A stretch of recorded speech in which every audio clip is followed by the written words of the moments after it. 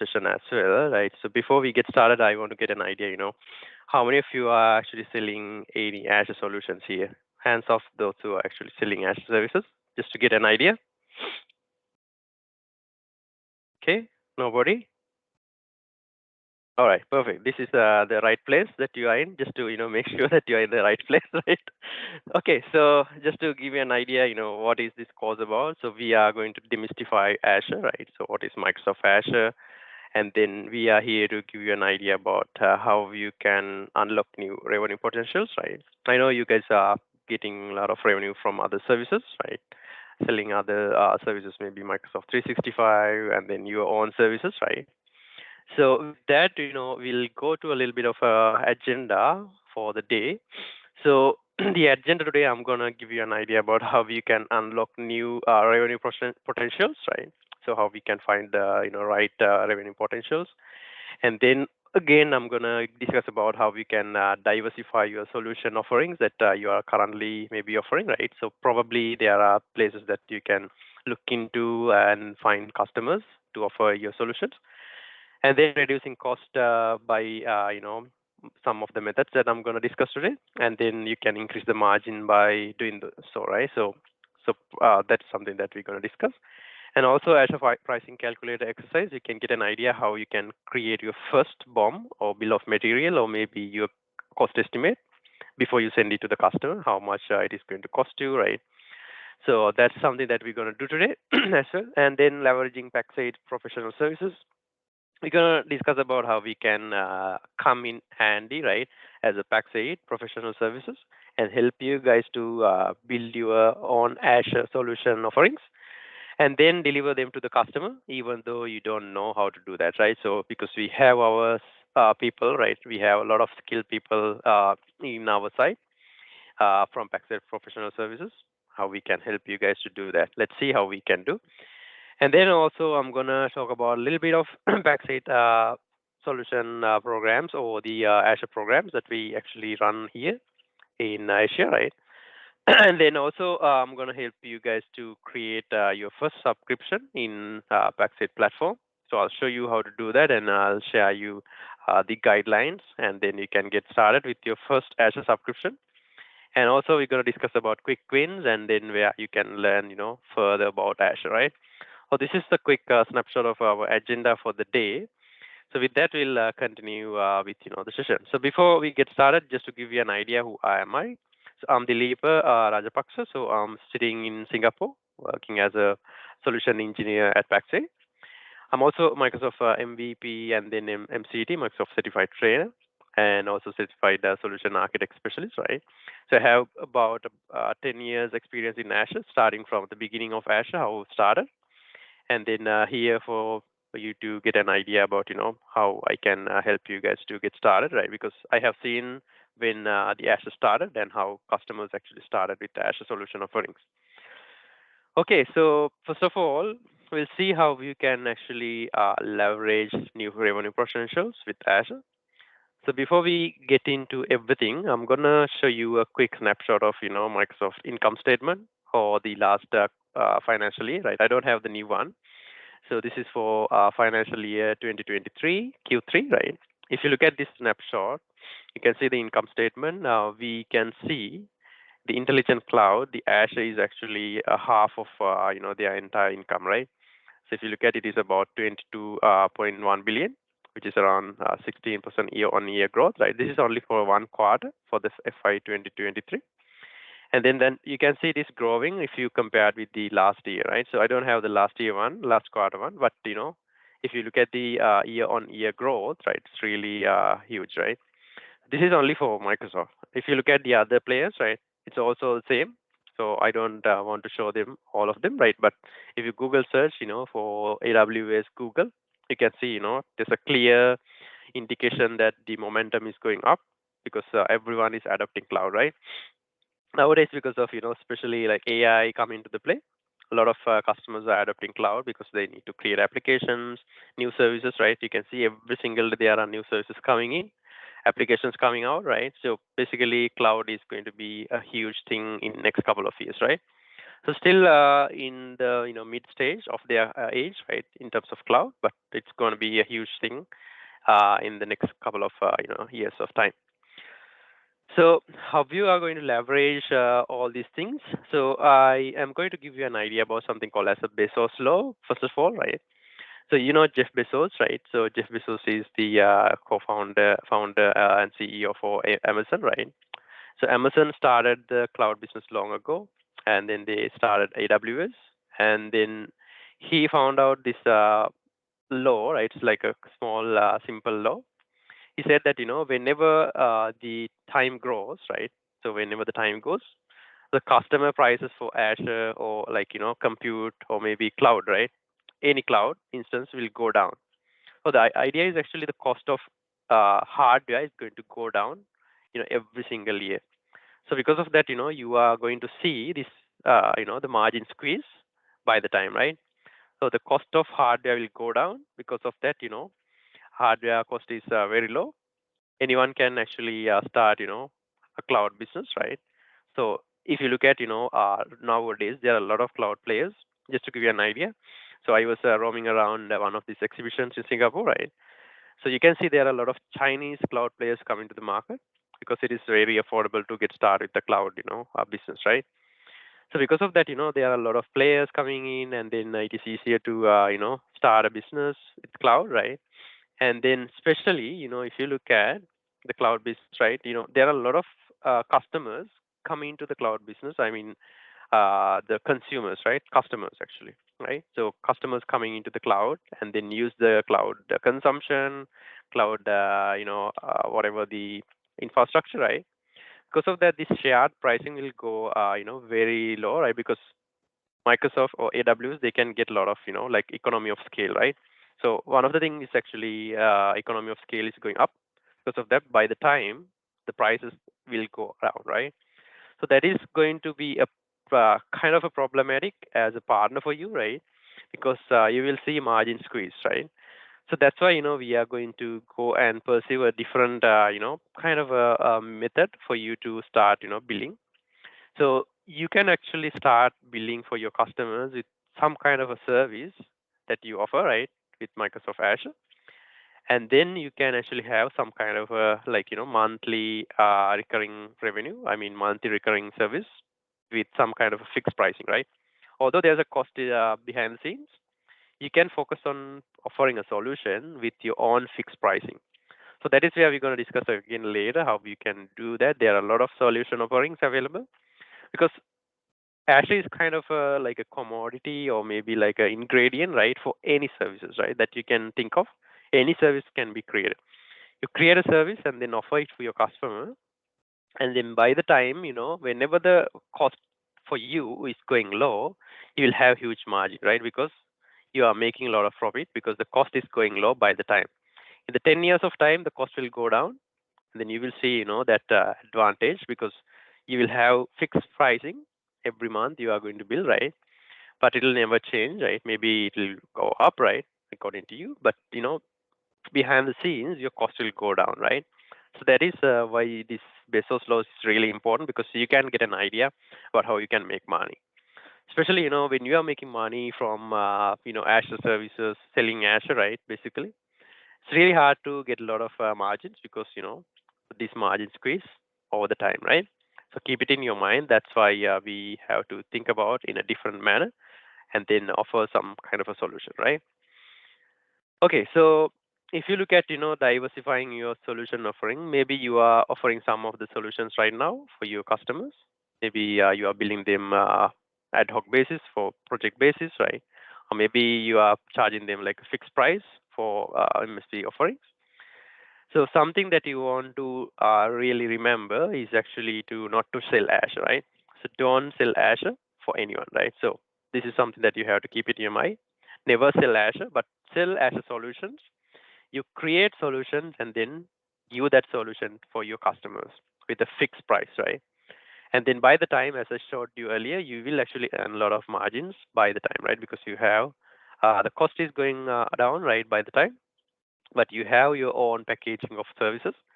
You can build them separately for the costing, right? And then you have their own services, right? So one of the things that you can leverage right now is Azure Virtual Desktop. I don't know whether you guys have heard about it. So Azure Virtual Desktop is kind of a hot, area where a lot of MSPs are actually putting their hands on. So I work with a lot of MSPs. They actually deliver Azure Virtual Desktop. So it's kind of a cloud PC, right, solution. So if you heard about, RDS or, remote desktop computing, so basically this is something similar to that, right? So the cloud is going to be utilized as kind of a desktop machine, right, for end users. They can actually log into the machines every single day through the cloud, right, without even having, proper hardware, right? You can have like a thin client, like a very minimal laptop or something, right? Like the specification is very low, even though you can actually utilize cloud as your desktop or laptop computer, right, where you do the work. So that's where you can utilize AVD. AVD is a good solution because you will have unlimited potential for you to grow the margins over the time because you're offering like per user per month, per desktop per month, right? Something like that. Okay, so other solutions, right? Like there are a lot of solutions. These are only set of solutions that I came up with from my experience, right? Because working with some of the partners, some people actually offer hosted applications on Azure VMs. So if you want to host applications, let's say for an example, you have a customer, they want to actually utilize something like a QuickBooks, right, or maybe MyOB, or some kind of accounting package, and then they want to keep the data in the cloud, and they want to log in back and forth, right? So you can actually utilize that kind of an opportunity to host the application and give it to them, right? So this is kind of a legacy way of doing AVD, right? AVD is also providing the same option, right, where you can host the applications. You can host any number of applications and then let users to use them. And then this one is kind of a legacy, but most of the customers nowadays, they used to use RDS, something like remote desktop solutions, right, in order to get into their applications and then save the information, right? So basically do their work. So that is one. And again, another couple of set of solutions like migrating on-prem workloads to Azure. So you can find out customers who are running legacy hardware in their own environment. Maybe they have a server computer. Let's say that they have like legacy old software and then also legacy old, machines, like probably some kind of a machine, like a server machine that they used to use a long time ago. Now, what you can do, you can find out, some solutions for them and let them help to move that, entire workload to the Azure, right? So then you have consumption-based, recurring revenue coming in, and then you can provide them a solution and provide services like, managed services time to time, right? Help them to, utilize your managed services, and you can migrate them to the cloud, right? So that is one thing again that you can think about from your customer's perspective. And then there are other services where you can actually help your customers to back up and do site recovery, right? Maybe your customer is currently utilizing on-prem environment. Probably they are using, very legacy applications and then hardware. But sometimes, there will be some issues, right? If something goes wrong in the on-prem environment, you can help them to recover, right? So probably like a backup, right? You can keep a backup in cloud, and if something goes wrong in the on-prem environment, you can help them to restore it. For the backing up service, you can charge for them, right? Like, even though it is automated. And then even site recovery, right? Sometimes, on-prem environments are really hard to predict. It will go down like in a matter of seconds if you do something wrong, right? Because if power goes down, internet goes down, right? You will not even have access. So you can help them to create a site recovery solution, right? Where the primary site is gone down, but secondary site is in Azure, which is going to spin up as soon as the primary site is down, and then there won't be any service disruptions, right? So maybe there's a kind of like a scheduled upgrade or scheduled maintenance in your on-prem environment, right? Your custom environment. So let's say that it is going to run for about 6 hours. So within that 6 hours, your customer is going to have your hard time accessing the data back and forth, right? Because of that, you actually create some kind of a site recovery solution for them and let them run with great business continuity, right? So that's another option that you can think of. Other than that, there are a lot of other options, right? So very simple option like a hosted websites. So I have some partners who are actually helping customers to host websites. So some customers, they don't know how to host a website. They will go to some other companies, right?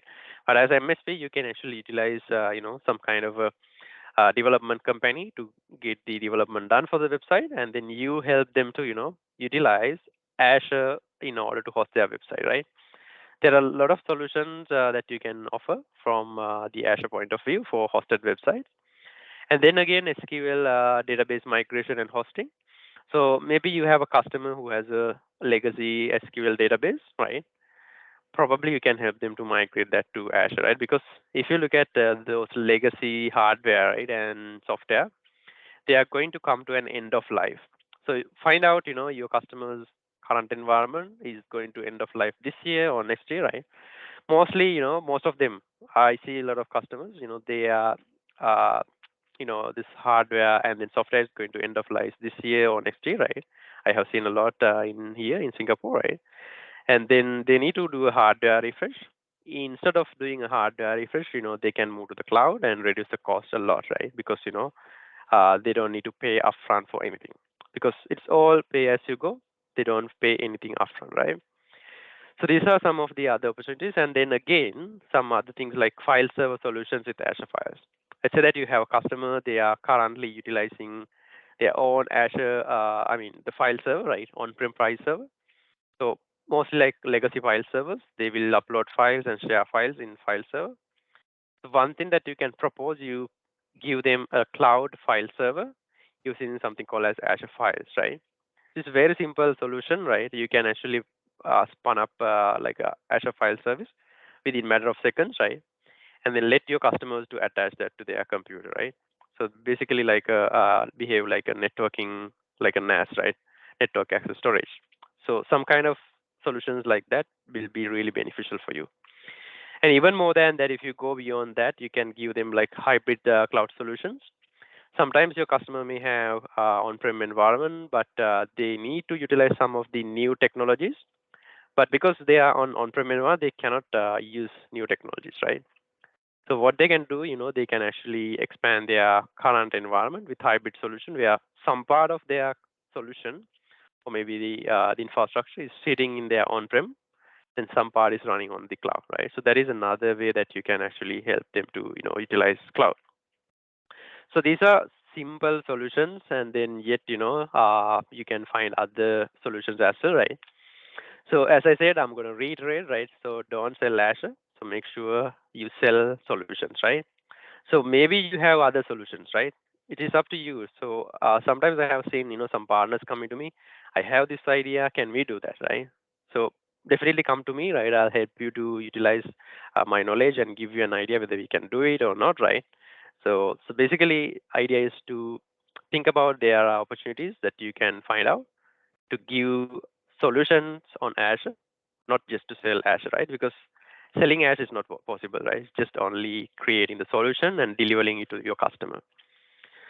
Okay, so let's go to the next. So one of the problems that a lot of customers, partners are actually asking me, right? So my margins are really low. So I understand that, right? Even if you look at a lot of cloud providers, they don't give you like a huge margins, right? It could be around 10% or 15% or even sometimes lower than that, right? So probably the margins are very low. But what you can do, you can actually utilize your service and charge them a fee for your managed services, right? So don't rely on the margins that you are getting from Azure itself because it is very low.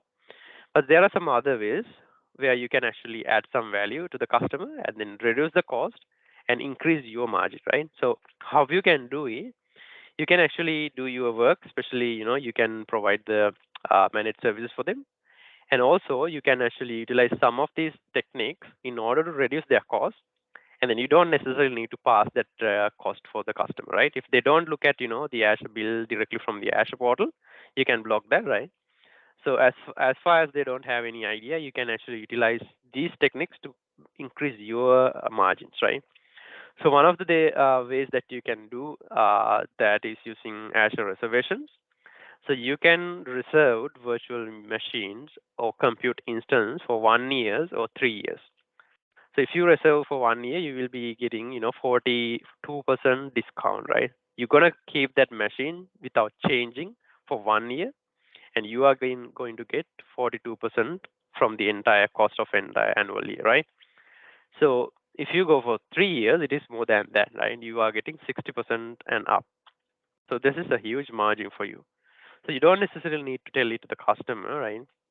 Or pass it to the customer, but you can keep that margin, and you can bill the customer with your own the money, right? So basically your own billing method, right? So basically one way of doing that is using Azure reservations. So I have seen a lot of hosting providers, right? So I have made a hosting provider a couple of months ago. So they are providing this service, right? They are not an MSP, but they are like a hosting service company here in Singapore, right? They actually provide hosting services for their customers. They have a lot of customers, right? They host websites and then applications. So what they do, they actually have set of virtual machines. They have reserved for 3 years, and then utilize that entire margin, right? And then give it back to their customers in chunks, right? Basically, because virtual machines or the compute instance, you can give it to your customers in chunks because you are just giving them the application only, right? So because of that partner, they have huge margins, and then they keep that machine running for 3 years with a very low cost, right? And then they can charge a premium price for the customer because of the economy of scale that they have. They can actually earn a lot of margins. All right, now the next one is Azure hybrid benefits. So I told you about moving from on-prem to cloud. So when you are moving from on-prem to cloud, so sometimes your customer might have their own Azure, own license they have provided or they have purchased previously from Microsoft, right? Especially like Windows Server 2022, 2019, or whatever it is, right? For Windows Server, they purchase the license in order to run their on-prem environment. So what you can do instead of buying license or paying license on Azure, you utilize that same license on cloud, right? So because if you look at in Azure, we have two things when they are pricing for virtual machines, especially for virtual machines, right? So one is actually for the virtual machine compute instance, and then the other one is for the license, right? So license component will be covered as well because you are paying hourly basis for the license, right? For the Microsoft.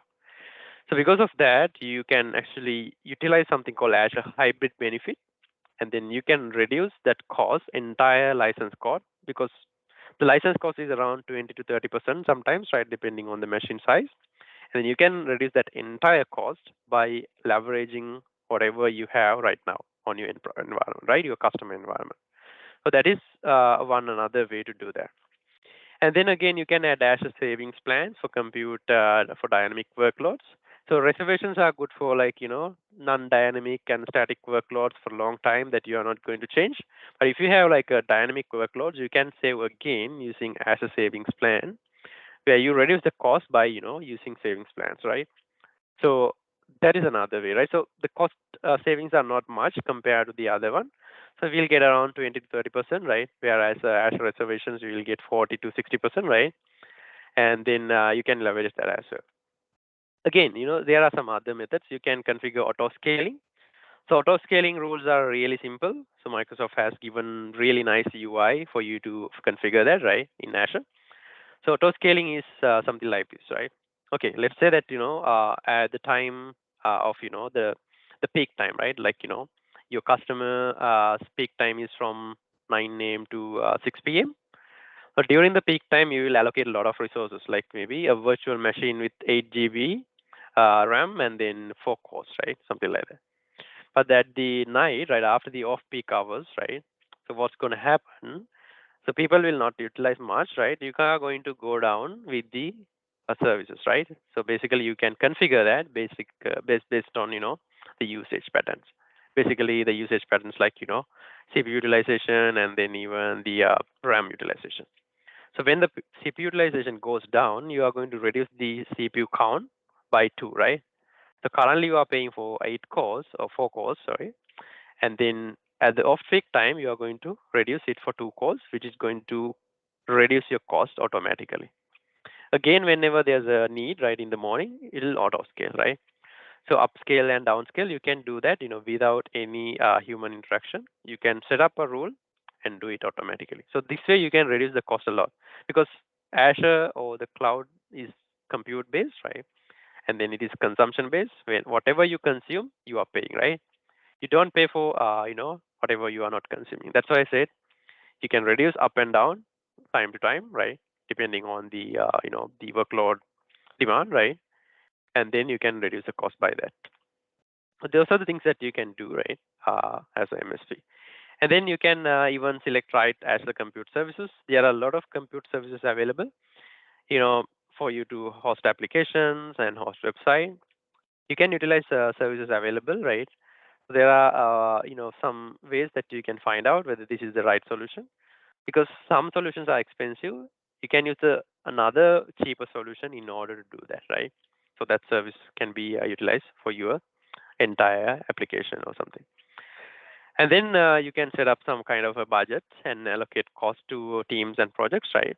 You can create like thresholds. So you can't stop anything by threshold, but you can create a threshold alert. Let's say that customer spending is going up. Let's say that you have a budget of $100 a month. If it is going to go up, so it will give you an alert. This is going to be more than 100, right? You can see that in advance, right? Let's say that it is going to exceed $100 in 5 days of time. You'll get an alert, in 5 days, your customer cost is going to be increased more than $100. So these are the ways that you can allocate budgets and keep it limit, right? Then you can keep the cost, in a very you know uh, lean manner, right? So basically, you can keep it in a fixed manner. Okay, so this is a diagram, right, for you to get an idea about the cost savings, right? So if you look at the Azure reservations, right, you can actually go with Azure reservations and also hybrid benefits, which includes 82% of savings for you. So whereas pay as you go, whenever you create as a subscription by default, you are paying as go, right? Pay as you go, right? So this method is not always sufficient to reduce the cost and increase margin. What you can do instead of doing that, you are going to get pay as you go subscription and apply Azure reservations for the virtual machines. So when you do that, you can see the most, uh, the highest amount that you can go with Azure savings, right, is actually for the reservations is 72%. That is the highest, right? So 60 to 72% is highest, right? So basically that is going to be very cheaper. If you use something like Azure hybrid benefits, right? Let's say that you are going to utilize their own Azure environment, and then you're going to use the subscription licenses that they already have from the on-prem environment. So you're going to utilize more savings because you are not going to pay for the licenses on cloud. The savings are going to be 82%. So that is maximum that you can go. So if you combine all those two things, right, reservations and Azure hybrid benefits, you can actually utilize a lot of cost savings. So remember that Azure hybrid benefit is not only always bringing license from on-prem to cloud. So there is another method that you can reserve licenses for 1 year and reduce the cost, right? So we have a model called Azure software subscriptions, where you can purchase the license separately for 1 year, reserve it for 1 year, and then you get the reservation as well, and then together you can save a lot. So remember that you don't necessarily need to have software assurance licenses from the existing customer on-prem, but still we have other options, right? Something like Azure software subscriptions. You can utilize that in order to reduce the cost again up to 82%, right? So these are some of the ways that you can leverage in order to increase your margins. Because all the time I have that complaint, right? Partners coming to us and saying, my margin is very low. So it is not about margin. It is actually a strategy game here, right? You have to strategically create a solution and put that into your customer and earn from that, as well as, you can utilize all these, methods in order to reduce the cost and increase your margin, right? So you don't necessarily need to give this to the customer, but you can give them a partial amount, maybe, right? Sometimes partners are doing that, or maybe you can keep that entire amount with you because you are the one who is managing entire Azure infrastructure, right? These are the ways that you can, utilize the cost savings. All right, now with that, I'm going to actually go for a pricing calculator exercise and then show you guys how you can get started with your first pricing calculator. So what you can do, you can head on to this URL, right? I'll put that in the chat as well. So azure.microsoft.com/pricing calculator, and then you will see the pricing calculator. And one thing you have to remember, this pricing calculator is based on RRP, recommended retail price, right? So the customers will see this price. This is the selling price, right? And then you will have your own margin when you join with Paxate, right? So you will get whatever the margins that you get from Paxate. So you keep that margin as well, right? And then you don't need to worry about that. You can always use this calculator in order to show your customers the costing, right? Because it is retail recommended price. Sometimes you don't necessarily need to do that, right? So this is just for you to, get an idea about how it is going to be when you are running this particular, workload. Okay, let's head over to this website. Okay, I'm gonna share you the link in the chat so then you can even try it out by yourself. So very simple calculator. So when you go to the website, it is really simple. You can log in and then save all the estimates that you are doing it right here. And then later you can use them, right? So if you want to save them and download, you can do that. So right now you can see if you scroll down a little bit, here you have all the products that Microsoft is providing. We have all compute sources and then popular services, right? And networking, storage, web, right? You can see there are a lot of categories of items. So mostly you can utilize a popular one because popular one has all the popular stuff like virtual machines, storage accounts, and then even like SQL Server databases, app services. All these are very famous between a lot of customers because they are utilizing that for the work, right? And then if you go to example scenarios right here, you can see there are a lot of examples given. I know you are going to be a little bit lost at the beginning, so but you can see there are a lot of examples. If you go to Azure, enterprise data warehousing solution, right? Real-time analytics. These are some of the little bit of enterprise level applications, right? But you can get an idea how they create the costing, right? Now, if you go to one of these, let's say that you are going to create CI/CD for Azure Web Apps, or maybe we'll see Azure Machine Learning because AI is really like some kind of a topic nowadays, right? Really popular. You can utilize this one, and then what you can do, you can actually add this Azure Machine Learning platform estimate to your estimation, right? So you can get an idea about how they have created it. They have given like a nice diagram, like a architecture diagram, and also mention all the product services that Microsoft is going to utilize for this, right? If you click add to estimate, what's going to happen? It will add it to your estimate, and then you can get an idea about how they actually create the costing, right? So now you can see there are multiple services available. So if you look at Azure Machine Learning is one, and Power BI Embedded is one, Azure Monitor, Kubernetes services, Container Registry, Synapse Analytics, right? Azure Data Lake Storage, etc. So you can see there are a lot of items added. And then you can see some of them are very cheap, right? Some of them even don't have a cost, right? You can see. For this one, it is not showing even a cost, right? So maybe it is because it is not given here. Maybe we can add 1 GB or something, right? You can see the cost going up. So there are a lot of multiple variables that you have to keep it in your mind in order to create Azure costing, right? So we'll go to that later. So I just want to give you an idea, where you can find some examples, right? And let's go to the saved estimates, right? So right now I am not logged in. Let me log in with my credentials. And then I can show you whatever the bombs or maybe estimates that I have done previously, which I have already saved, right? When you go to saved estimates, now you can see here I have few estimates that I have created, right? So basically you can see, so some of the amounts are there, right? and then you can see how much it is going to be, right? And then you can even open them and or even delete or export, right? So that's something that you can do. All right, now let's go down here and see how we can get started for the beginning. Right now, you can see I have a lot of tabs here.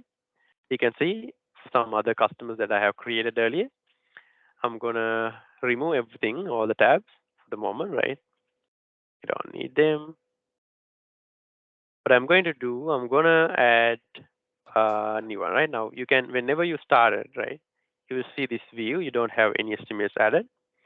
I'm gonna add a virtual machine first, right? I'm gonna show you a very simple example. Let's say that you have a customer who wants to deploy something like a MyOB solution, right? So you have the specs in your mind, you know how much it is going to be in terms of the specs, right? Let's add the location. So the first thing that you have to do, right, before we do that, let me add a name. First customer estimate, right? Something like that. You can add your customer name or something. This is the, whatever the estimate's name, right? And then for virtual machines, the one that I have added, you can see it is showing up here. Now, let's say this is the application virtual machine. I'm going to say application virtual machine. Okay, now you go there, and then there are a lot of information that you have to provide. As you can see, so you might actually get overwhelmed by a lot of information, but it is very simple, right? Let's say that you already got the specification for my OB application, right? Let's get a notepad and then do some kind of a rough items, right? All right. Now let's add here that you need at least 2 core machine with 4 GB RAM, right? And then you need around 128 gigabytes for the disk drive. Okay, so this is the rough, estimate that you want. You want to access this one through public internet via RDP, right? So RDP, and then you need to have a backup. Say I need backup all the data every single day. In case something goes wrong, you can get the backup, right? Now, this is the solution that you are going to give, right? So assume that you are going to host my OB or maybe QuickBooks, right, for this customer, right? And then this is the minimum specification. I don't know how much it is, but just for the moment, you can actually keep it in your mind. This is the minimum specification, right? And then you are going to get started with the entire thing, right? The first thing you have to have for this one, the machine, right? The virtual machine. So that's the one that we have already added. I'm going to go here, and then I need a 2 core machine with 4 GB RAM, right? Now, if you look at here, there are a lot of virtual machines, right? It's going to be really, really confusing for you to find the correct virtual machine. Now, because of that, I have a nice website that you can utilize called AzurePrice.net, right? I'll share it in the chat. So you can go to this website and then find the correct virtual machine with the correct specification, and then one which is very cheap, right? And let's assume that this application needs Windows as well, not Linux, right? And then what you can do, you can go and select the location and then the dollar value, right? Whatever the currency. I need 2 cores and 4 GBs, right? I'm gonna add 2 vCPUs, and then memory is going to be 4 GB, right? All right. Now, when you put that information here, you can see you have a lot of choices, and then you can see the prices as well, right? You can sort by the pricing up and down. You can see ascending and descending order, and then find a cheapest virtual machine that you can utilize for this task, right? You can see 2 vCPUs and then 4 GB RAM. There are 2 options. You can see B2 ALS V2 and then B2S, right? So these are 2 machines that you have, and this one costs you around $42.41, right? And then this one will cost you around 44.38. So these are retail pricing, right? publish price. Not, I think someone is unmuted. Let me mute. I think, yeah, Maria, I cannot unmute. If you can help me, sure. Thank you. All right. So retail pricing, right? So you don't have any thing to worry about this. This is what customer will see, right? Keep it in your mind. And then on top of that, you will get your own margin from pack sale. And then what we are going to do, let's add this machine for our estimate. So this is basically not this one, the cheapest one, standard B2ALS. I'm going to copy that. And let's go here and search for this one, B2ALS. You can see B2ALS. This is the machine, right? Remember, Microsoft is billing you hourly basis, right?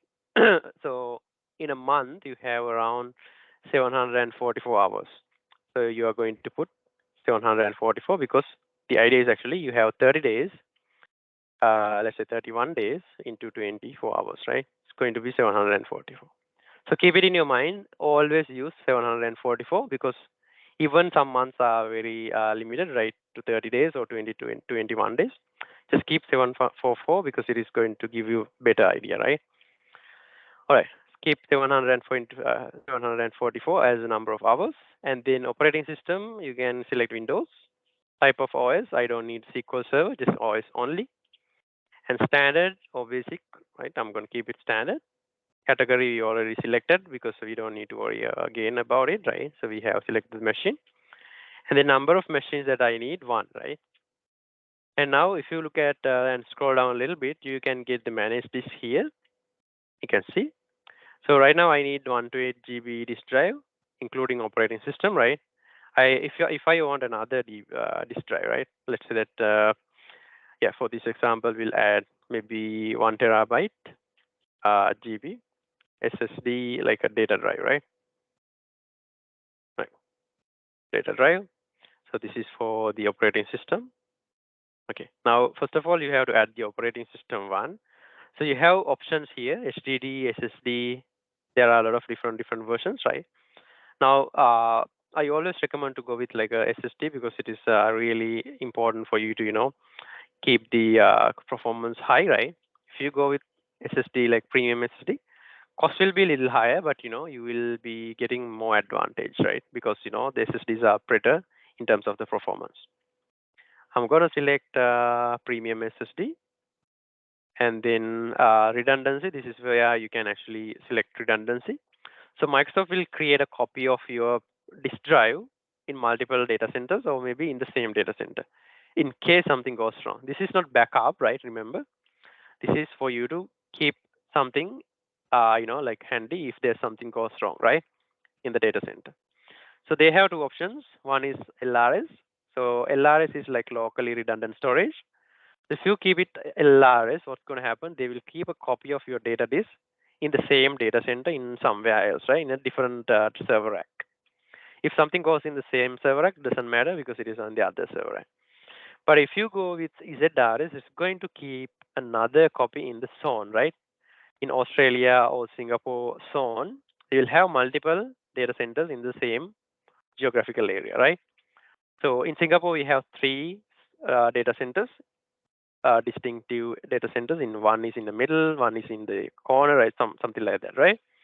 If something goes wrong with the first data center, the where that you keep the data, you don't need to worry because there's another copy running in the other data center, right? So that's why you have to be very careful here. So for the moment, let's go with the LRS. You don't necessarily need the ZRS. Remember, if you go with ZRS, cost will be a little higher, right? I'll show you.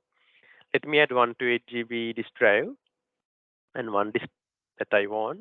If you go with ZRS 29.57, if you go with LRS, you can see it's gone down to 19.71, right? So a little bit of price difference, right?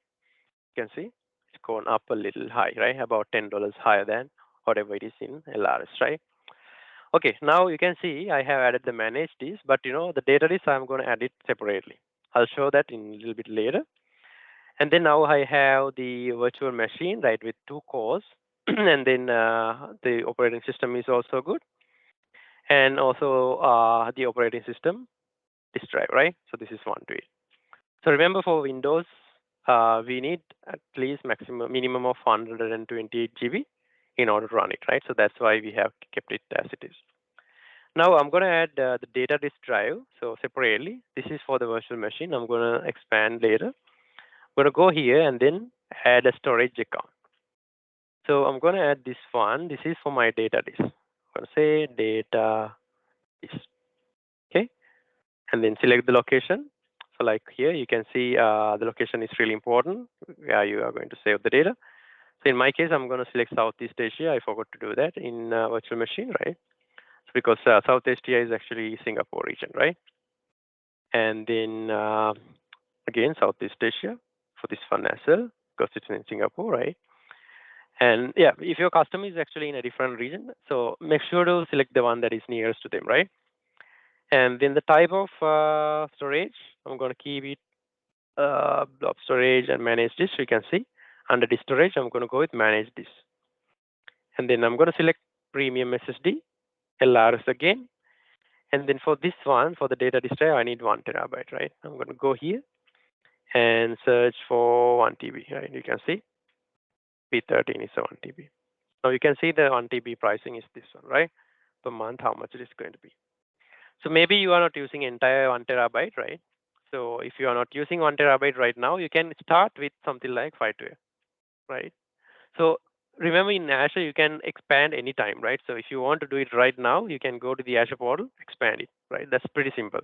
So matter of seconds, you will be able to, get 1 TB. Even you start with 64 GB and then it is not enough, right? The time your data is growing, you can actually expand it. Okay, let's keep it for 1 TB for the moment. And now we have all these requirements given. And then now we are going to access this virtual machine through public internet, right? We need a public IP. Okay, let's search for public IP here that we are going to assign for the virtual machine. IP address, right? You can search for IP address.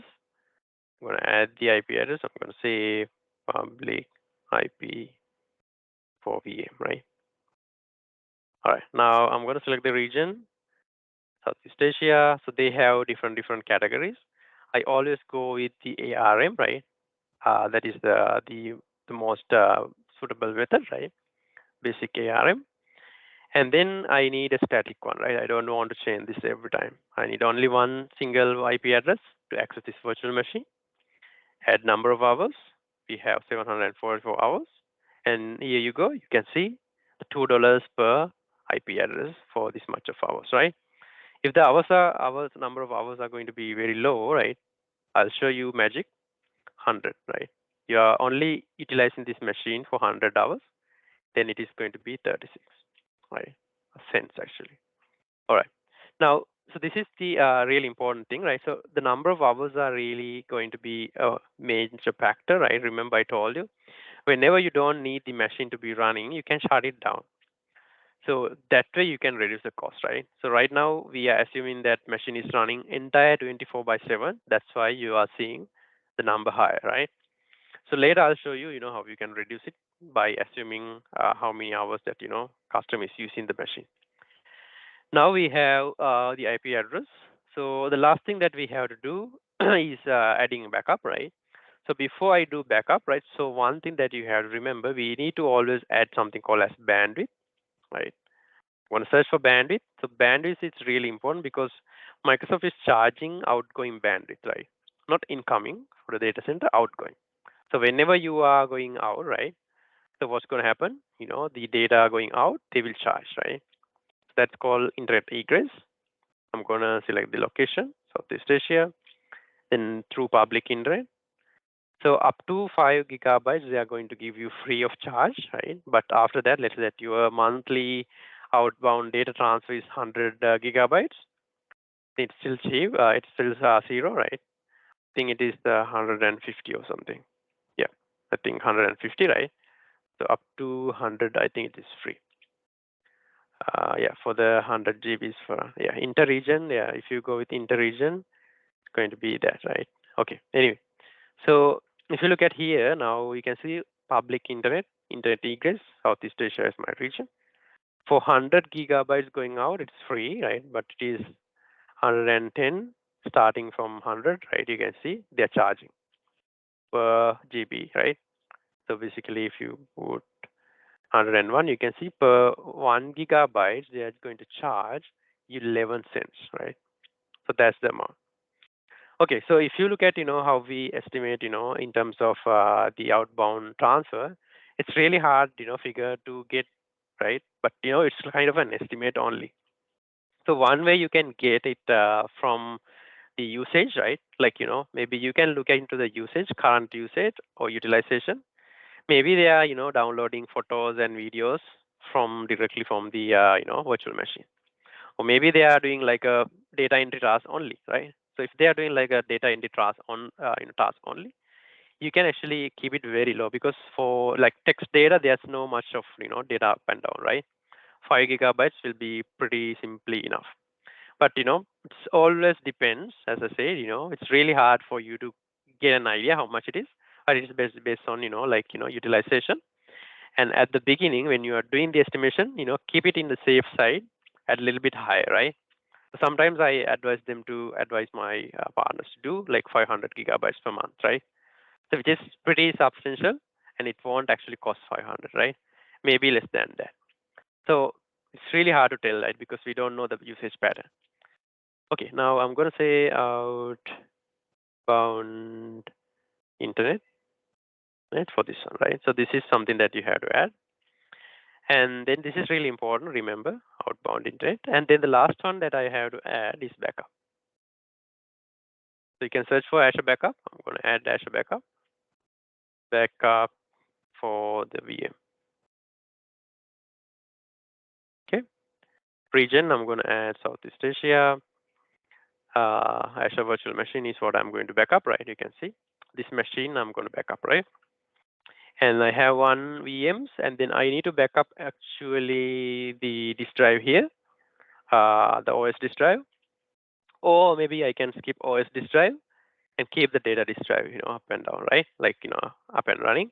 So for my data disk drive, I have 1 terabyte. I'm going to add 1 terabyte. And then how often you are going to backup, right? You can add actually right here, right? So if you want to keep, the backing up every single day, you can add 31 days here. And then if you want like a weekly backup, right? You can add 1 weekly backup or maybe 2 weekly backups, something like that, right? So let's say that I don't want weekly backups, but I need like daily backups to keep it 31 days, right? And then other than that, you can select how much daily churn rate. Let's say that you don't have much churn in data, you can keep it like moderate. And redundancy also, again, you can see different redundancies here, right? You have LRS, which I already told you, GRS, right? Geo redundancy. So this is another new one, right? ZRS, I already told you. So if you put GRS, you will get another copy in a different country, actually, right? In a different geographical region. So let's say that your customers are in Australia, your workload is running in Australia, but you want to keep a copy in United States, right? You can use this one. It's going to be expensive, right? And ZRS, you already know. There's another option called read only, read access only GRS, right? So if you put that, you cannot actually write it, right? So you can only read only. So I'm not going to go in depth into that, but for the moment, I'm going to go with LRS, right? You can see the cost has gone down, and this is for my backup. So these are all estimates, right? So remember that we cannot guarantee this will be the same. This is estimates, right? So based on assumptions, right? So when you're actually presenting this to your customers, so make sure to add assumptions that you are assuming that, daily basis, you are going to back up every single 31 days, and then you are backing up 1 terabyte, right? Similar to that, you are going to say customer, so we are going to assume in 500 gigabytes of data transfer out, right? So you have to mention them clearly because I have seen that, otherwise you are going to be in a trouble, right? If that goes up, right? So you are always safe if you mention the unit prices right here, right? When you are billing to customers, right? So make sure to, keep it in your mind. These are all assumptions. We don't know exactly this will be the same, but most probably it will be lower than, what we give, or maybe it will go more up, right? So depending on that. So, but one of the things that you have to keep it in your mind, most expensive stuffs are actually the data disk drives and also virtual machines, right? They are going to be a little expensive. Now you can see here, all of them are there in the line, right? Okay, now I'm going to actually think about how to reduce the cost of my virtual machine. Now you can see we are paying $61.67. So if I go back to what I taught you, right? So now if you are getting only 5% or something, right, in margins, for this one it's really low, right? You don't even able to go and eat lunch, right? So it's going to be very low. But you can actually utilize the things that I told you, right? Let's see how we can reduce the cost and keep it in your pocket, right? I'm going to go to the virtual machine here, and here you can see there are a lot of options, right? Before I go to that options, let's assume that your customer is running this particular solution only for 8 hours a day, maybe 10 hours, right? 10 hours a day. So which means you will have 10 hours every day, including weekends, right? And then 31 days, right? So including weekends. So sometimes weekends they don't work, right? You can reduce that as well, which is going to go roughly around 200 something hours. So let's assume they are running 8 hours, 10 hours a day and 31 days a month. It's going to be 310 hours, right? So what you can do, you can reduce the cost by shutting down the machine, right, time to time. You can create auto shutdown rules, right? So don't worry, you can do that automatically. And then we are going to add 310. Now you can see it's gone half of the price, right? You can see now it is $37.19. So but if you go back again, 744 hours, $61. So you have the ability to manage the machine and then reduce the cost. Maybe you can keep that margin, right? Whatever the cost for you. So these are some of the ways that you can think. If the customer is like global company working for 24 by 7, you can't shut down the machine, right? No choice. We have to select something like savings plans or maybe reservations, right? I told you about savings plans. Savings plans are good for like dynamic workloads. Time to time you can save. But if you go with savings plans, you can go up to 56%, which is for 3 year reservation. Whereas we can reserve the entire machine for 1 year, right? And reduce the cost for 63%, right? Now let's reserve it for 3 years. You are going to pay monthly. Now you can see it's gone down, but not significantly down compared to the calculation that I have shown you, right? Previously it was around 36 or something, right? The reason why, because in the previous example, you assume you are running only for, a couple of hours. You can shut down. But of reservations, if you shut down, still you are paying the same amount, right? So the assumption here, the virtual machine is running for 24 by 7, 364 by, days, right, for the entire year. So that's the assumption, right? So assuming that you are going to reduce the cost. This is good for like, 24 by 7 customers who need to run the entire machine for 24 by 7, right? Okay, now there's another component. As you can see here, operating system, right? Let's say that you are going for the maximum 3 years, and then you are bringing Azure Hybrid Benefit. Maybe they already have their own SA licenses, or maybe you are purchasing, the Azure Hybrid Benefit licenses through Backside, right? Which may be around some kind of, I don't remember the cost, right? But you have the license. What you are going to do, you are going to apply Azure Hybrid Benefit, and then as soon as you apply, you will see the cost going down again. You can see it is going down to $32. Now you can see these are the ways that you can reduce the cost. So you can do multiple of them, one of them, right? Depending on the scenario. That I cannot say you that exactly you have to do all these three things. Depending on the scenario, you can do it, right? You can actually manipulate a little bit. So if you are in the safe side, right, you can go for 1 year reservation. Let's say that your customer wants to change it in the middle of the year, because this is a kind of a commitment, right, that you have to have. You cannot change it time to time. Right now, you can change it, but Microsoft is going to apply some kind of a penalty. You'll have to pay a penalty in order to change it, right? So you can go with like a 1 year reservation to be safe, right? Still not bad. It's going to go for $40, right? So likewise, you can actually keep the cost up and down based on how you are going to apply your principles, right? So now you can get an idea about how you can utilize the Azure calculator. I'm not going to spend too much more time, right? But you can see the entire cost for this particular calculation is going to be around $300 a month, right? So probably you can expand it a little bit more, right? And then charge for your customer on top of your services, right? You're gonna charge for your implementation, migration services, right? Whatever it is, and then you are going to charge another maybe $300, and then charge them, monthly basis $600, right? So that's why I said, you can have like a fixed pricing, right? And then keep that fixed pricing with some kind of a margin for you, right? And then even your services added, right? And you can sell as a solution. This is my OB solution running on uh, cloud, right? Right. So something like that. So this is one small example only, right? Now remember, this estimate is again an estimate, right? You can't guarantee that it will be always 300.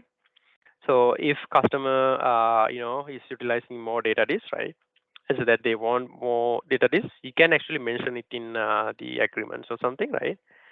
If it goes down, let's say that if it goes up, so in a 1 year of time, customers 1 terabyte is already full. You want to increase it, you are going to go for the next available one, which is 2 terabytes, right?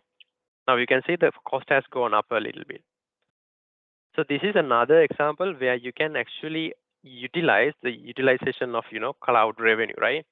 Every single year you will be able to see the increase of cost because the utilization is going up, right? Most of the time, that is the beauty of cloud, right?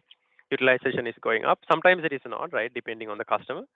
So some customers, they will give you better time, in terms of revenue because they have really huge utilization, right? You have to be very cautious about this one. Okay, now what you can do, you can export this. I'm going to click export right here. When you export that, you will be able to get it in nice Excel format. So you will be able to see something like this. Let's open it up in Excel very quickly. All right, now you can see. So this is your Excel sheet. You can modify this and add your assumption. Remember, on disclaimer, add your all the assumptions that you have put here, right? So whatever the amounts that you put, right? 500 gigabytes outbound. So if it is more than 500 gigabytes, how much it is going to be, right? You can mention them. Otherwise, you are not in a good place, right? Because it is going to be risky if it costs more than that. So these are all estimates, and then you can mention like unit prices if it goes more than up. And then you can modify this as you want, right? And then send it to your customer, right? And then remember, this is RRP. You will get your own margins from backside on top of this, right? This is what you can safely send to the customer, right? Even if you want to charge more, you can charge more, right? So that doesn't matter. All right, now this is an example. Now, if you want to save it, right? Let's save it. If you save it, you have to make sure you are logging with your credentials, Microsoft credentials. Now, if I go to saved estimates, you can see the first customer one. You can even open it or delete it or export it. You can do whatever you want to this one, right? You can use it later. So utilize as a calculator for you to get an idea about how much it is going to cost you, right? So there are a lot of examples given in the websites, in cloud, I mean in Google, right? If you Google search, so utilize them and then get the idea of how you can give a proper solution, right? So this is an entire solution with a lot of services, right? Keep it in your mind. Okay, with that, I'm gonna very quickly go to the next part, and then later I'll take you all the questions, right? Because we'll otherwise run out of the time. Of the calculator got you some kind of an idea. Now, let's say that you are going to get started with Azure, right? Cost simulations. I mean, cost, kind of a solution, right? That your customer wants. Now, you don't have any idea how to get started. Or if you don't have any idea, don't worry, right? So if you can find a deal or the opportunity from a customer where you can utilize Azure, come to us, right? We will help you to, actually provision it, right? Basically deploy it. Because we have our backside professional services team. We don't go for the customer. We will actually help you to white label, right? White label our solutions, I mean our services to do the work, right? So what we can do in backside professional services or pro services team, we are kind of an extension for your team. We have a wide range of expertise in all these places, right? This is very limited amount that I have copied and pasted here, right? So this is ranging from Azure to other things like Microsoft 365, but this is for Azure. Let's say that you have a customer you want to help to like migrate from on-prem to cloud. So what you can do, you can come to us, right? You don't need to do it by yourself. We'll help you to do that. So there will be a cost involved, right? We will give you the costing, how much it is going to cost you, right, in order to migrate the solution, right, or the on-prem solution to the cloud. And then you are going to white label it, and then you are going to add your own margin and then give it to your customer, saying that this is how much it is going to cost in order to migrate your on-prem solution to the cloud, and this is your cost, right? So something like that. So we don't go to the customer, you go and talk to the customer. We will deliver the entire thing, right? I mean the entire project. So you don't need to worry if you don't have any engineers or any person who has background in Azure. So you can come to us and we can help you, right? So that's where we can actually leverage Azure, I mean our expertise, right, in pro services. So these are some of the things that we do, right? You can take a look, right? We have VMware to cloud, Hyper-V to cloud, AWS to Azure, right? Physical servers to cloud, and then data server managed DBs. All these things we can do. Even Azure Virtual Desktop, right? Deployments, we can do it. Now, so if you look at the programs that we offer at Paxik, so there are several programs. So this is still on the work, right? But I can give you an idea about few programs that we work directly with Microsoft, right? So we work with Microsoft and help you to do an Azure solution assessment. So let's say that you have a customer, right? So who wants to migrate to Azure to the cloud, right? And they are currently on-prem, right? What you can do, you can come to us, and then we will help you to do like a Azure solution assessment, which is going to be a free of charge one. We don't do it alone. It is actually collaboration with Microsoft. Microsoft will actually install some tools to your customer environment and grab the data and show you how much it is going to cost you if you migrate it to the cloud. It's only the running cost, right? The one that I showed you in Azure Calculator. So not for the migration project, right? But it is for the running cost, how much it is going to be, and how much the customer can save the cost, right? So they will show like really nice graph in like a executive summary report, right? That you can actually go to the customer's environment and talk to someone who is CFO or maybe financial person, and then show them how much they can reduce the cost by moving to the cloud. So that is one, and then we have another option called security assessment, right? So that is also collaboration with Microsoft.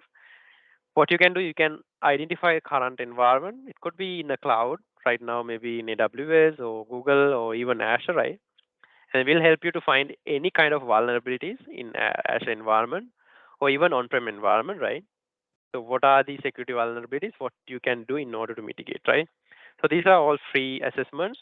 So you can talk to us, right? And then we can help you to get started. And there are some Azure funding programs available. If you have like a huge, workload to migrate, we can talk with Microsoft and then get some of these programs, Azure funding programs, and also Azure credit offerings, right? So let's say that your customer is moving to the cloud, and then you want to offset a little bit of cost, right? So Microsoft will cover about 10% of ACR, annual recurring revenue, right, in order to get them into the cloud. And then during that time, let's say about 1 or 2 months, you are going to utilize Microsoft credit, and then after that, you are going to pay back, right? So basically, you are not going to pay for that amount of duration of that month. But after that, you are going to utilize the cloud, and then you're paying for whatever the things that you do afterwards, right? So there are a lot of programs available. So these are few only programs, right? We are actually still working on more programs to be coming to Paxate in here, right? So just to keep it in your mind, right? We are here to help you to get things started, right? So if you have opportunities, reach out to us, then we can actually get started with, how we can do all these funding programs and then rapid solution assessment, how we can actually get started, right? So that's how we can utilize all these programs. Okay, now the last one I wanted to show you is creating your first Azure subscription. So I'm not going to do like a demo or kind of thing, but I'll show you step by step how it is going to be. And then there will be like a link here. I'm going to share that link with you. So take a look at that link, and then you can actually get started with creating your first Azure subscription, right? Let me copy that link to the chat as well.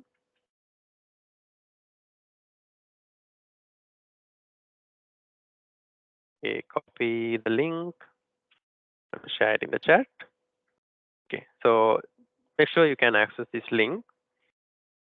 All right, now if you go to this link, there's a nice guideline, right, given for you. If you open that link, there's a PDF file. So that is showing you how to create your first subscription, right? So step by step, it is given to you. It's basically from the Azure portal. Could be for a new customer, or maybe you are moving another customer, right? Another customer from a different maybe distributor, right? Okay, let's zoom in a little bit, right? You can see step by step. You go to the Packset catalog, right, and then search for Azure plan. And then when you select Azure plan, you have to check out the Azure plan, and you have to give all the information there, just like what you do usually. And then you can give the contact information. And then after that, you have to give more information about your customer, right? So this is where you have to give options about customer. You may have currently a customer who are already using Azure. If they are already using Azure, we can bring them to the backseat, right? So that one I'm going to talk about that next, right? Okay. So I'm not going to go through each and every step, right? But you can see this pretty self-explanatory, right? You can go through each and every step and then try it out. So there are some sections you can see. So if it is a new customer, how you are going to do, right? So you are going to say the customer does not have Azure account, right? It's a new, and it will give you some guidance here what to do. And then you click, right? And then you check out, and then you will get the, if it is a new customer, you'll get the credentials, right, for the Azure account. All right. So that's how you can utilize the Azure subscriptions. Right now, let's go back to our session, right? All right. Now, one of the things that you can actually do in terms of getting started with Azure, we can utilize change of channel, right? So this is something that you can actually utilize in order to get started with Azure. So there are opportunities that might actually already in cloud, right? Which is the customer is already in cloud. Maybe they are with another distributor, maybe with another provider. There are different ways that we can get, right? So these are the channels that we will usually see with another distributor, or maybe with Microsoft Direct Bill, right? Or maybe they are with a direct CSP tier one, right? So there are different channels. So if you want to bring them to the passive channel, right? This is our channel, distribution channel, and take all these costs, right, under your arm, right, and then leverage all these margins for you. What you can do, you can bring them to us using the method that I told you, COC, right? This is called change of channel. So if you have new part customers that you want to move from current distributor or from the current billing to us, please let us know. This is called change of channel. We can do that. Remember that for direct one is a little bit complicated. We have to do a little bit of a manual migration, but for another distributor to us, it's pretty simple. It's a matter of sending a request to the current distributor and accepting it, right? Within a couple of clicks, it's done, right? So it is under you. And then one of the things that we can do, you don't necessarily need to bring them to us, right? Without any value.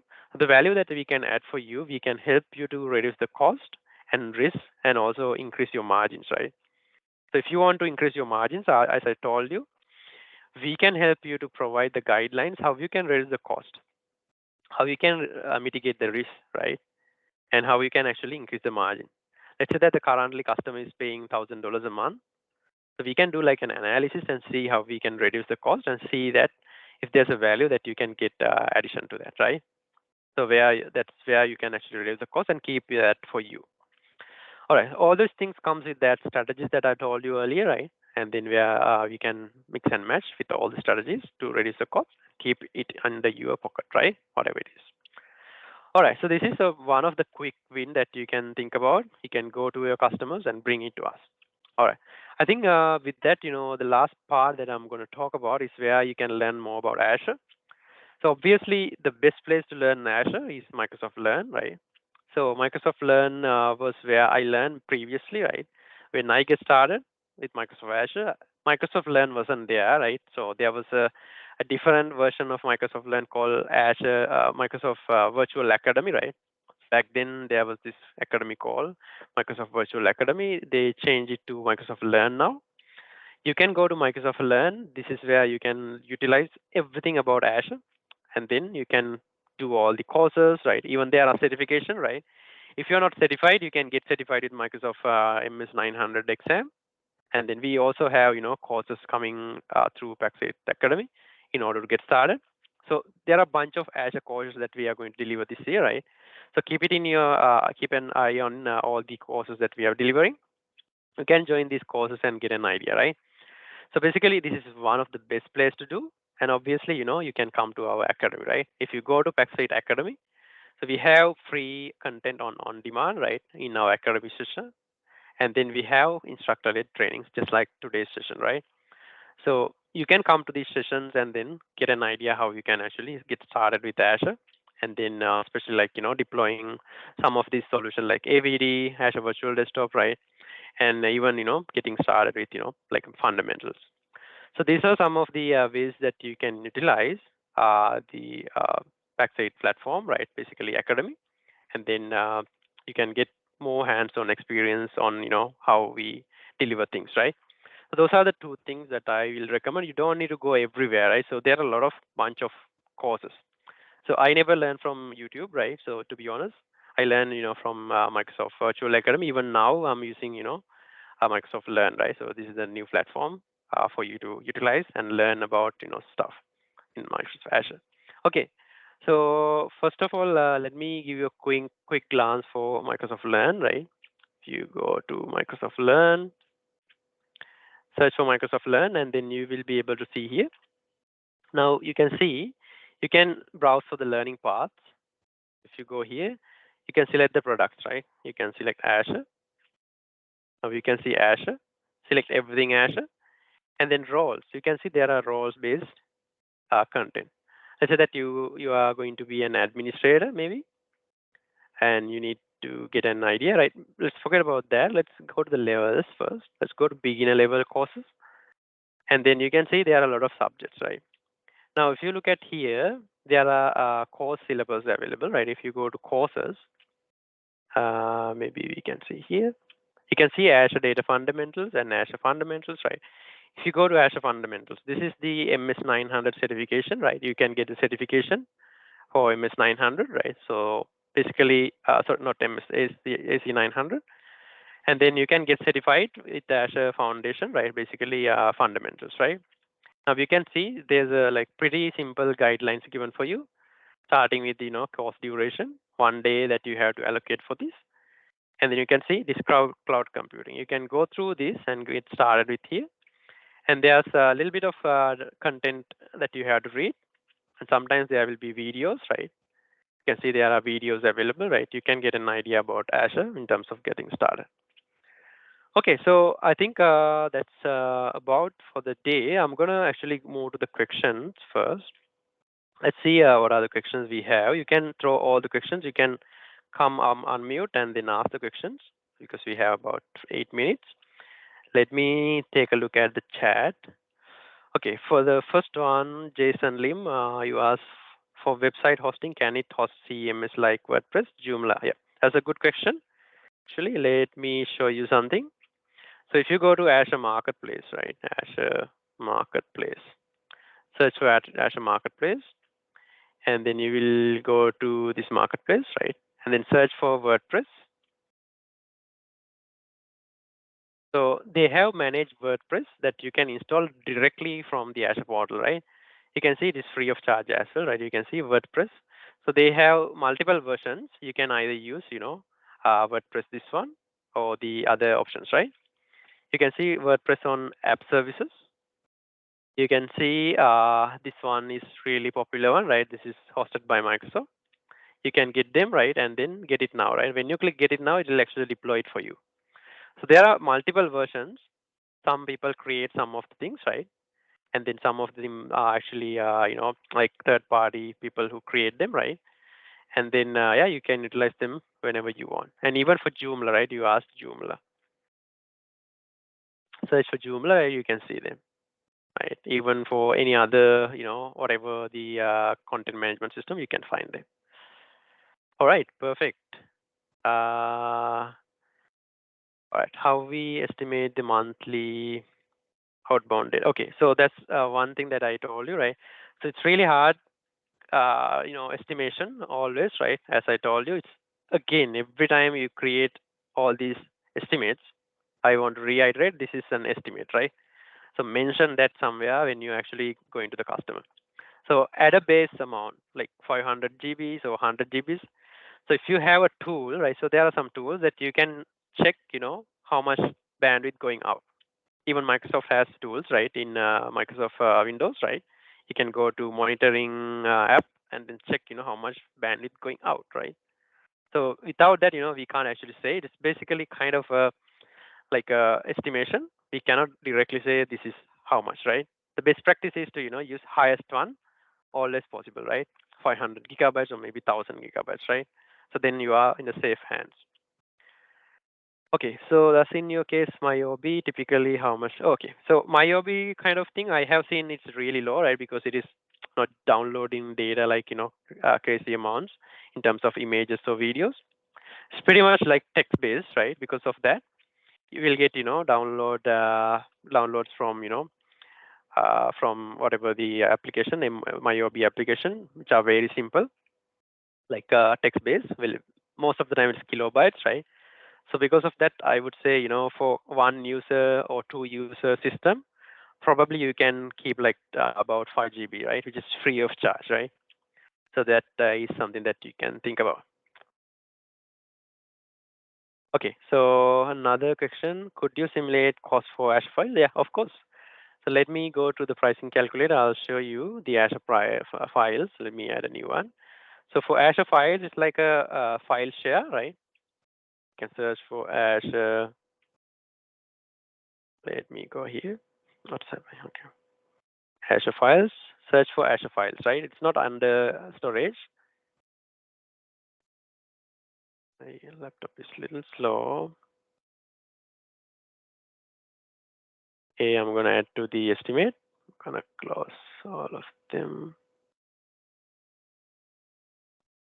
Right now, if you go here, you can select the region. Maybe let's add Southeast Asia. And then you can use either HDD or SSD, right? So depending on the performance. I always go with SSD because the performance is good. And redundancy, I'm going to keep LRS, right? Let's say that it is for 1 terabyte. You can see for 1 terabyte, it's going to be, I don't know what happened here. Seems to be a wrong, I think it's 100 keyboards. Let me go to 1 terabyte from here and 1024, right? Now you can see for 1 terabyte, which is 1024 gigabytes, right? Which is going to be around $359.61, right? So throughput, this can be changed, right, if you want. So these numbers can be changed based on your, capacity, right? If your capacity is more high, throughput will automatically change. IOPS will change, right? So that is dependent on, the capacity. Now, if you want snapshots, right? So this is like a backup, not a backup per se. It's not a snapshot in a given time, like a restore point, right? You can add them. If you don't need snapshots, you can keep it 0, right? So if you go with that option, you can see the cost will go down drastically to $200, right? And then if you want to sync, on-prem environment, like let's say that you already have like a file server running on-prem, you want to sync the data back and forth, you can add one or two or whatever number of sync servers. Let's say that you have one server running inside the on-prem, you can use this one in order to add that. So it is going to be $5 per additional sync server, right? So this is for, like active syncing between on-prem and Azure. Okay, that is not necessary, right? If you don't have any like on-prem environment. For purely for you to run like a file server with 1 terabyte, it's going to cost you around $200, right? Roughly in USD, right? This is in USD, not Australian dollars. Okay, any other questions? Okay, so yeah, Azure has CDN. So if you search for CDN, you can see Azure has two CDN services. One is content delivery network, other one is front door, right? So Azure front door is a modern way of doing that, right? Because you can actually get it, kind of a good experience, better than content delivery network. So let me add CDN, the legacy one, and show you, right, how it's going to be. So there are multiple providers. You can go with Microsoft, Akamai, or maybe Horizon, right? Let's go with Microsoft. And then you can see there are regions that you want to keep the data. So based on the regions, you will get charged, right? So CDN is available for you. So that you want to keep 1 terabyte here in Europe, right? And 1 terabyte in Asia, right? You can see the cost will be something like this, right? So all depends on where you are going to keep the data. All right, so I think that's about the question. Any other questions, because we are running out of the time? So any final questions that you have? Anyone? Okay, I think that's pretty much for the day. Yeah, that's all about that we have to discuss. I hope that you get an idea about how you can get started with Azure, right? So Azure is really simple, as I said, a solution that where you can provide more solutions, right? It's not kind of a thing that you can sell upfront, right? You have to create your own solutions and bundle them and sell them, right?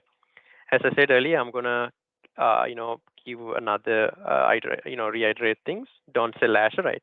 Sell solutions that you create, and then you can actually leverage a lot of, margins from that. All right. So I hope today's session is actually a kind of a eye opener for you, right? For you to get started with some kind of a new revenue potentials.